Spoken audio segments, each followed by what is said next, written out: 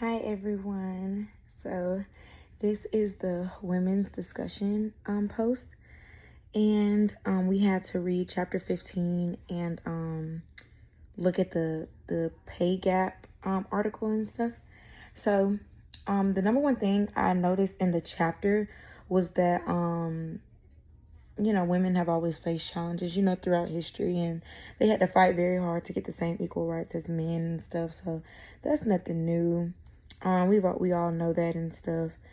But the main issue that really was focused on in this chapter, even like with the article backing it up, was the pay gap in between women and men, even today, like with it being so many years later, and why there still are pay gaps.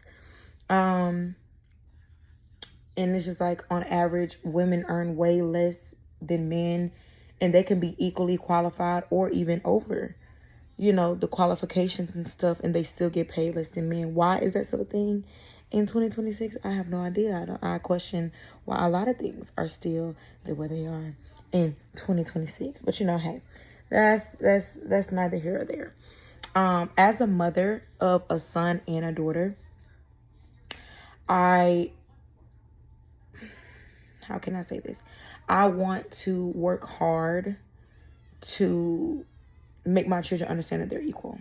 Even though the world is going to make it seem like they're not equal, especially with them being black men, a black man and a black woman, they're already going to be seen as less than because of the color of their skin.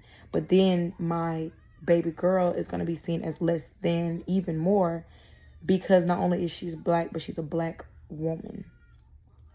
And that's a huge, huge problem. So knowing that women can have the same education, experience, and qualification as a man, but still face obstacles in the workplace is more than infuriating and frustrating. Just like men are more than likely to get a job before a woman does. But hey. Like I mentioned before, I'm reading my notes.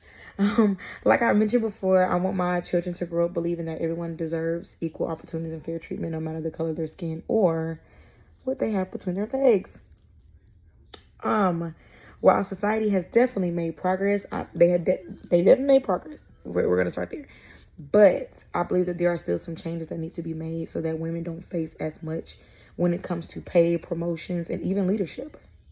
It's not too many times you see a woman as a CEO, unless she's the CEO of her own business, not a big what they call those businesses, like the it's the name for them, I can't remember, but like the all around businesses, the very known ones.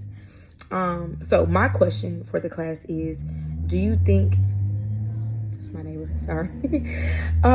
My question is for the class is, do you think the gender pay gap is mostly the result of personal career choices? Or do you think societal expectations and workplace barriers will still play a major role? Me personally,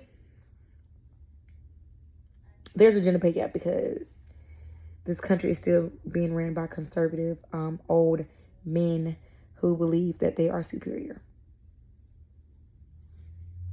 That just is what it is. It's a lot of things from women being decided by men.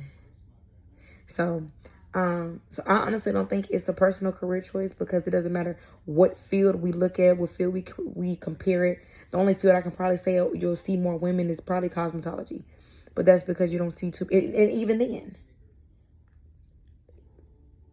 hey, but you don't really see too many men in cosmetics or, whatever. But any other field, business, finance, medical, social work, it's always a man at the top of the food chain. So, but yeah, that's my take on that.